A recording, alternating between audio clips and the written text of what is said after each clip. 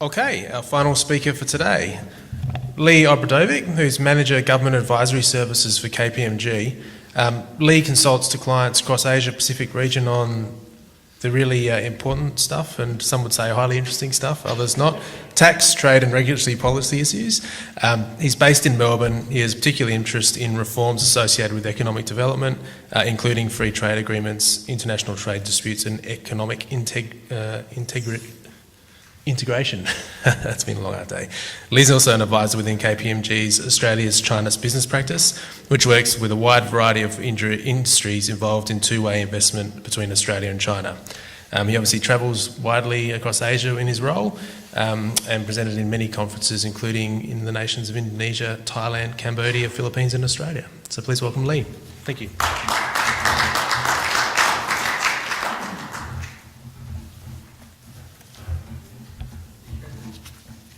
Well, thank you very much, Daniel, and I do pity you to some degree after a long day with lots of very exciting speakers that you have a nerdy guy from an accounting firm as your last speaker. But I really do appreciate the opportunity to come along today, and I thank AusVeg and Hal for the opportunity to come up here, because from a personal perspective, I've spent more of my life working with fresh produce, albeit more from the retail perspective, but I did put myself through university stacking fruit and vegetables at what was then Safeway in Victoria, so it's from a personal perspective, it's been great to learn a lot today.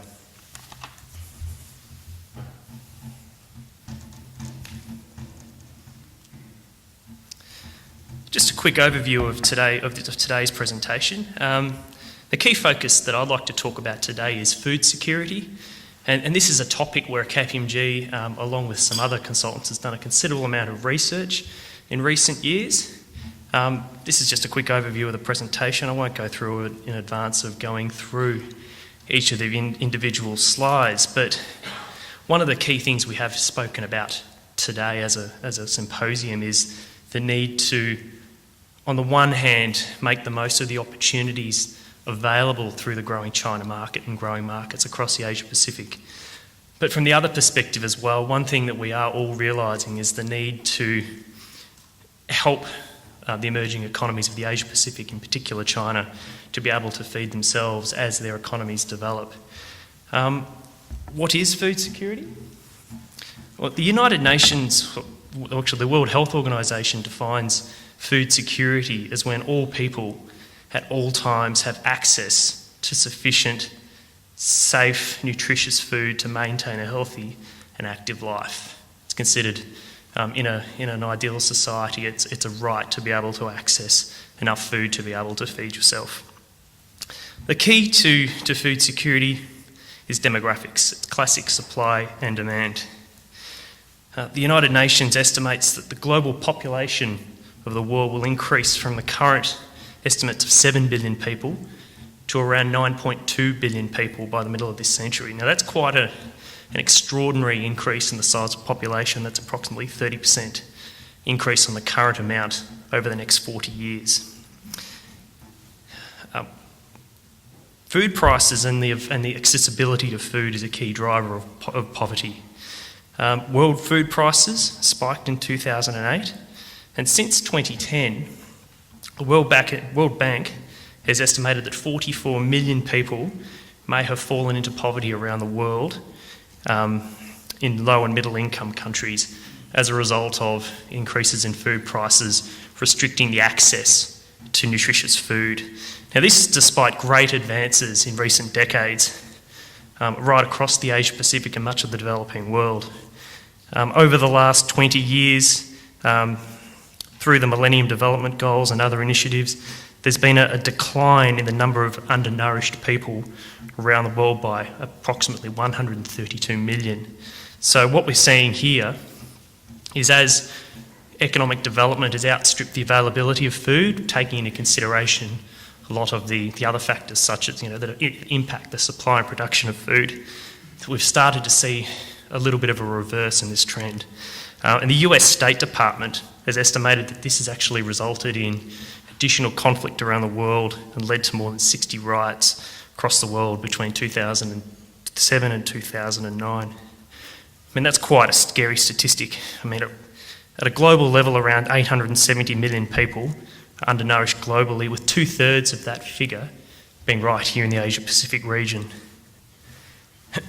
Excuse me.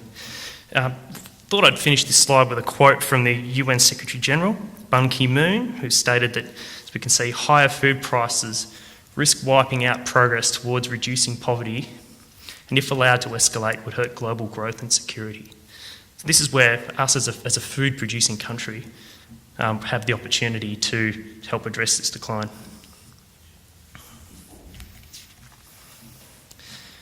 Being that the topic of today's symposium has been China, and food security in the China context is a key point in addressing the global food security question. One of the key points is that China, despite its aspirations, has limited scope within China to achieve self-sufficiency. And China understands this point, and it understands that it cannot alone feed its growing population through domestic production. China's population has doubled since 1960 and is expected to reach 1.4 billion people by 2030. Now, this is in line with the growth of the global population from 7 billion to 9.2 billion. And this rapid growth is expected to continue considerably over the coming decades, but will stabilise as government initiatives such as the one-child policy begin to sort of taper off the growth of the population. Just following on from Mark's point there, he's stolen my thunder on this point. Despite having 21% of the world's population, China has only 8.5% of the world's arable land and just 6.5% of water reserves. This feeds into the whole point about a limited capacity to actually feed the growth in its population. By 2025, 64% of Chinese will be urbanised. Currently, it's at 47%. And one of the key points, one of the key fundamental points, is what we've witnessed in China over the last 50 years has been the greatest migration in human history as rural communities continually migrate to the emerging metropolises of the East Coast. This is the greatest migration in human history, and this is what's driving what's known as the China boom here in Australia and around the world. As a result, China's annual per capita income has increased considerably as this population has migrated and you've had this emergence of the large middle class. A lot of this growth in per capita income has taken place over the last decade, and as a result, this has led to an increased demand for higher quality foods as the emerging middle classes look to feed themselves, but also to branch out and to be able to produce more substantial meals for themselves and their families. As incomes increase, people aspire to diversify their traditional diet and move away from the traditional staples in China, in particular rice in the southern provinces, but also corn and grain and noodles in the northern provinces. This graphic here just demonstrates that the income rises across China, whilst most substantial in the urban classes in the new cities, have also increased across rural communities. Now, in particular, in keeping with the points earlier, a lot of this growth has taken place over the last 10 years, and as we can see here, is expected to spike considerably over the coming decade. Sorry, the screen down here isn't working, so I might just have to turn around a bit. And we're looking at a real peak in terms of the growth rate by about 2020.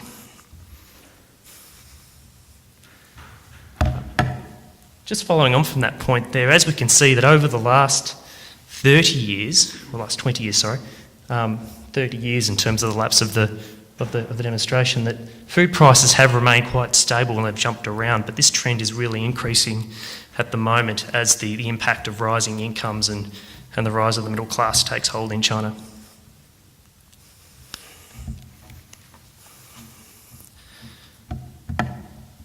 Now, what does Australia have to play in terms of food security?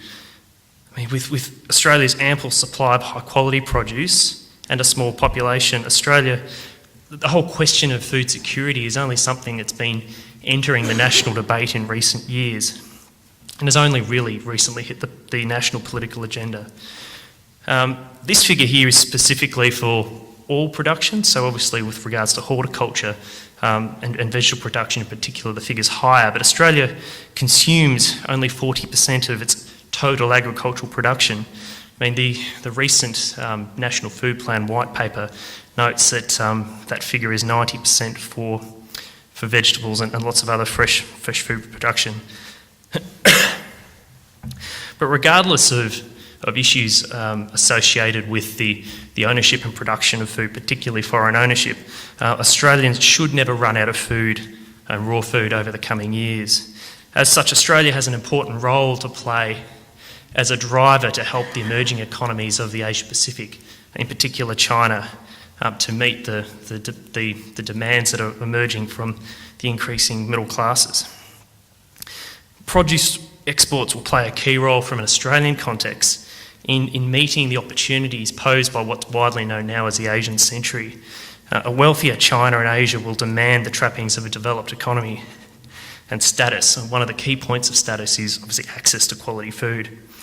I mean, from my perspective, when I travel across the region, often in areas outside of agriculture and horticulture, it's amazing how quickly, when we're having the pleasantries and discussions at the start of meetings, that the focus sort of shifts quite quickly towards talking about food as one of the key drivers and key attractions associated with Australia. And this is also part of the allure of visiting Australia as a tourist destination, is that the food really is at a high class. And I don't need to convince anyone in the room of that, obviously, but our economy must ready itself to properly take advantage of the demand, particularly as the resource boom subsides. And through the economic growth cycle, the opportunities move from helping China to build a modern manufacturing base to help enable the rising Chinese middle classes to access what they demand from their wealthier incomes.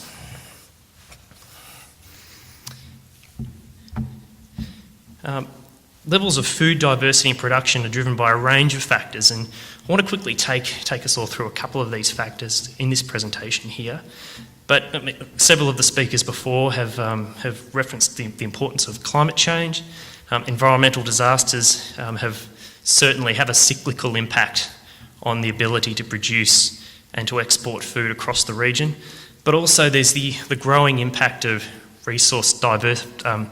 alternative resource allocation, not so much from the horticulture sector, but certainly from some of the other agricultural industries such as corn and grain, with the emergence and development of biofuel industries, which are starting to take a lot of essential staples away from the primary purpose of helping to feed the needy.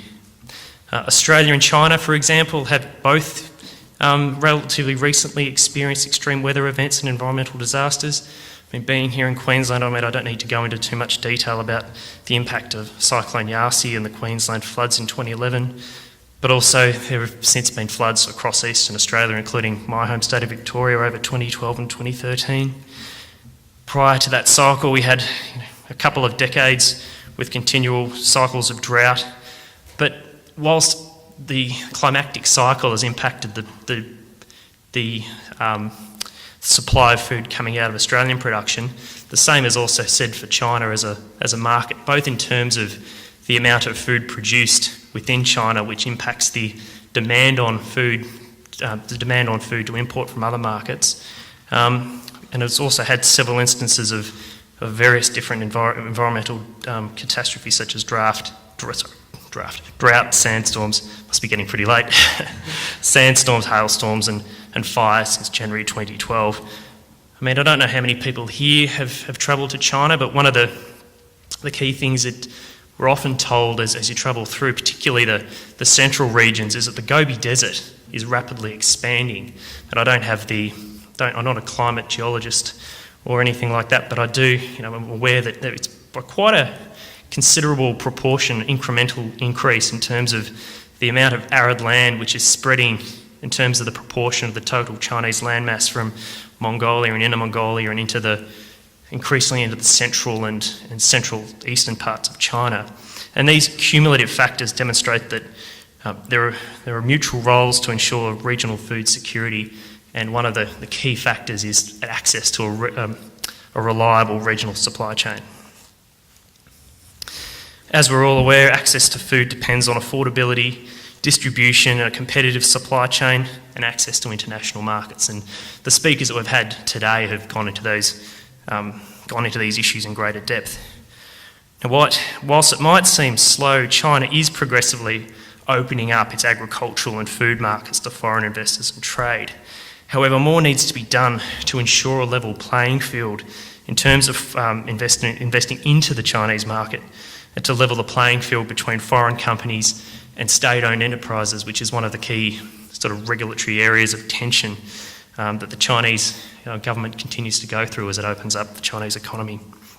Such reform, however, is required to stimulate additional domestic output from the Chinese agricultural industry, in particular the Chinese horticulture industry. And this is one of the key points in terms of assessing opportunities in China. It's not just about exporting Australian production into China, and that's something that us as delegates in the room all have a primary interest in, but there's also opportunities to assist the Chinese agricultural and horticultural sector to help to improve their production techniques and to improve the efficiency and output of production within China. Manufacturing is key to providing communities, from a food security perspective, access to a country's agricultural produce through consumable food. Like Australia, manufacturing competitiveness in China has come under considerable stress over the last 5 to 10 years, and this is something that Australian manufacturing companies and other sectors have found, that whilst the production base in China is considerably lower in terms of total cost to that of manufacturing in Australia, it is something that's rapidly increasing as labour laws and workplace standards increase, and as a result, the rising cost bases are also a real issue in China. And as such, production in China has moved away from something that's purely can be defined as low cost and high volume into a more dynamic model. I'll just quickly race through a few more slides here. I can attain that a lot of you have had a very busy weekend, but to meet its targets for self-sufficiency, China needs to significantly increase the productivity of agriculture production within China. And this is a point that a few speakers have touched on today, that to enable domestic production to even come close to meeting the needs of a rapidly growing middle class, Chinese farmers need to be able to produce a greater volume and produce a greater volume within their existing agricultural capacity. From a central government planning perspective, agricultural planning is one of the key features of the Chinese government's 12th five-year plan. In late 2012, we had one of the important instances in global geopolitics, if we want to use something that's not common language, and we had the change of administration within China. We had the Congress of the Politburo, and we've had the transition, which only happens once every 10 years in terms of a new government coming into power in Beijing. And within the 12th five-year plan, the key areas to address from an agriculture perspective include environmental degradation within China, urbanisation, which we've discussed earlier, water security, reform to ownership structures to drive investment. I guess this is a really key point around the agricultural industries within China. Is traditionally it's been a series of small village level, family level production. What you don't have is economies of scale that you have in more developed markets such as Australia, and this is something the Chinese government is seeking to address through the 12th five-year plan, and this is to enhance innovation and mechanisation of production, but also consolidating where possible production techniques across China to come up with ways to ensure a greater level of productivity. Now these issues here could be outlined in a strategic plan for agriculture policy in any country really. The bottom point there is something which I think has a real crossover with policy considerations in Australia, and this is around commercialising innovation and research and development. And for any industry to rapidly modernise, innovation is key, and this is something that Australia has been very effective at doing as a broad industry over the years. This here is just a graphic that maps out over the last 30 years just how extensively China's existing agricultural production has modernised, and this is measured in terms of total agricultural machines. As we can see there, in the early to mid-1980s, there was a lower proportion of mechanisation or broad sort of automated harvesting, but as we progress towards 2010, we can see that number has increased quite considerably, and it's likely to continue considerably, particularly with the strategic input of the Chinese government.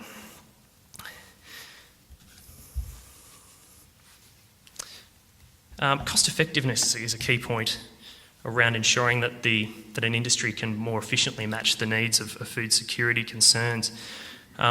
Doing business in China, as several of you here will be able to attain, can be cost effective, but I mean, as we had in Trevor Lee's fantastic presentation earlier, even though on the surface rising incomes and energy prices have eroded China's cost competitiveness, there is a common misconception that it can be quick and easy to establish a cost-effective and efficient China-based operation. And as Trevor's presentation put out very succinctly, there's a lot of work that goes into developing an effective Chinese business model or business model for doing business in China. And business in China has similarities to doing business in other regions. I mean, with 56 different nationalities and lots of different provinces, in many ways there are similarities to doing business in Europe, where you have many individual markets with their own regulations and supply chain dynamics. China primarily requires global technology and innovation and management experience. These factors are the missing links for want of a better term, to help China to really enhance its own production capacity rather than foreign capital. So it's not the money that's lacking, it's the expertise to help the industry to develop itself. With the right policy setting, this should provide ongoing opportunities for Australian expertise. I just want to just as a point to note that you may have looked at the last couple of slides and thought, this guy's just banging on about helping the Chinese agricultural sector to improve itself. The key point here is finding the missing links and finding the opportunities for strategic investment by Australian innovation into the Chinese market to help the Chinese help the Chinese agricultural sector to meet more of its food security requirements. And this is completely in addition to increasing opportunities for direct export from produce in Australia through to China. This figure here demonstrates the diversification of food consumption in China in recent years. I mean, this graph takes into consideration the last 10 years, and as we can see here, while some commodities had a relatively flat level of consumption over the last 10 years, there has been a rapid increase in other areas.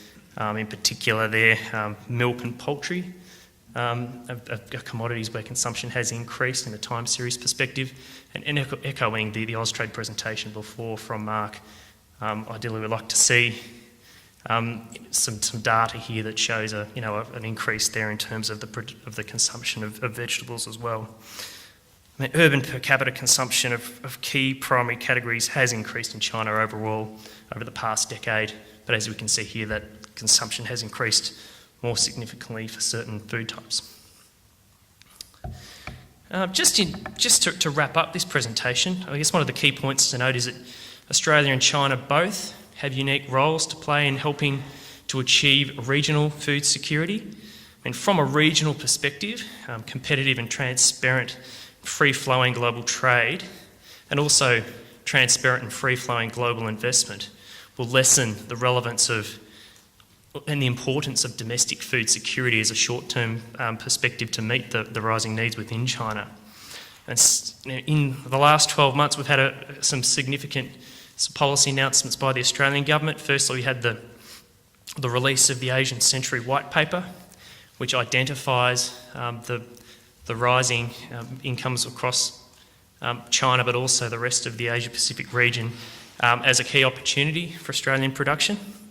But also we've had the release recently of the National Food Plan White Paper, which highlights food security in one of its chapters, but also export opportunities as a way in which enhancing the Australian horticulture sector and the broader agriculture sector was a key tool in terms of helping to meet the broader food security needs across the Asia-Pacific region. There's an opportunity for Australia and China to develop and utilise creative partnerships and exchanges to leverage, on the one hand, the agri-talent that exists within China and its broad population and its traditional base of rural production, but also bridge the skills gaps in terms of being able to source labour for production within Australia. I mean, obviously we've had a lot of ongoing side policy debates at the moment, the lead up to the coming federal election around 457 visas and broader immigration policy. I won't go into that in detail, but from a perspective of need and supply, there are opportunities for both Australia to better leverage China in terms of its source of workers, but also a source of academic R&D and innovation through enhanced cross-border collaboration. And these are some of the policy considerations that governments here in Australia, but also in China, need to take into consideration as we work to develop and augment the policy setting at the moment. It's more than just export access, it's about an integrated supply chain. And just in closing, Australia and China need to create the competitive platforms that can enable agriculture as a whole, but more specifically in this context here, the vegetable industry, to help China and other countries across the region to meet their growing food security needs as populations increase, but we also have the production limitations that exist within those domestic markets. We can help China through innovation, but China can help us through manpower and also through innovation and a sharing of ideas in many ways, a meeting in the middle of minds and expertise in agriculture. I've got a few copies here just of the piece of research developed by KPMG late last year. I'll leave some copies over on this table if anyone's interested in taking a copy away. This includes some of the little pieces of research that I've highlighted in this presentation, but also sort of a broader investigation into the issue of food security in the Australia-China context. Look, thank you very much for your time and for putting up with a guy from an accounting firm to finish your symposium today. I've really enjoyed the time. I'd like to thank Ausveg and thank the other speakers as well.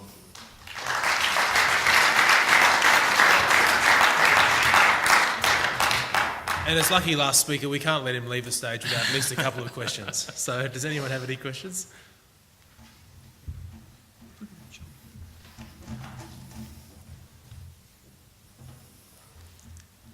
I believe KPMG helps farmers organise government incentives. That's right. To go into these markets and develop these markets. Is there government incentives also to help the farmer then develop the farm to meet those particular market needs? Certainly. I mean, I can have a talk with you afterwards offline about some of the people that I could possibly put you in touch with there. But we have some people around to assist in terms of market access and export, but also around working within country teams within China to actually determine exactly what would be the most effective type of collaborative production or export model. Thanks.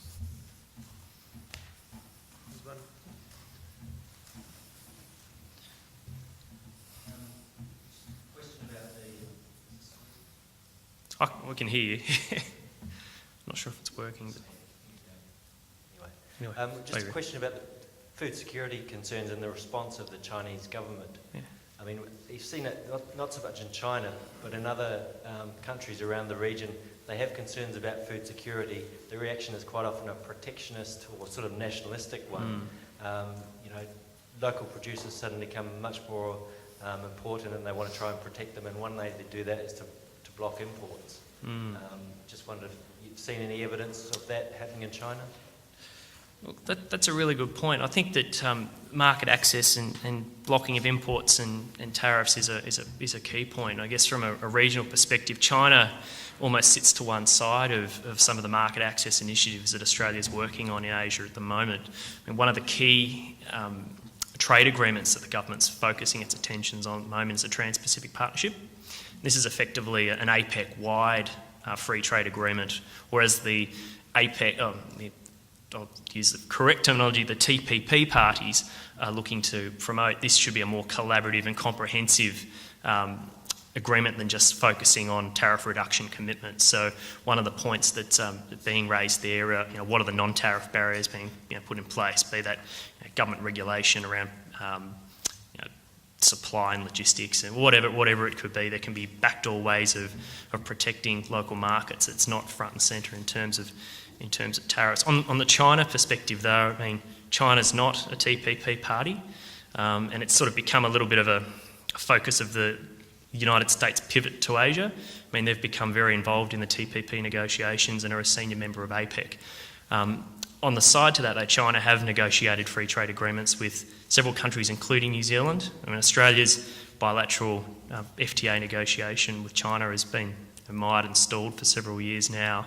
And one of the key sticking points is always around agriculture and market access there. So, unfortunately, the Australia-China FTA is something that's been held up in terms of making considerable progress, but other countries have been able to gain a free trade agreement, even with a important domestic agriculture industry. New Zealand's a good example of that as well. So there are opportunities, but definitely around, I mean, other speakers today have highlighted the individual issues associated with doing business that can create itself a barrier to trade. But from a regulatory perspective, the government is focusing on incorporating regulatory reform and eliminating those technical barriers to trade from its negotiations with countries across the region. But China, at the moment, sort of probably a little bit more stalled than other markets. We'll leave it there. Thank you. Sure. Thank you.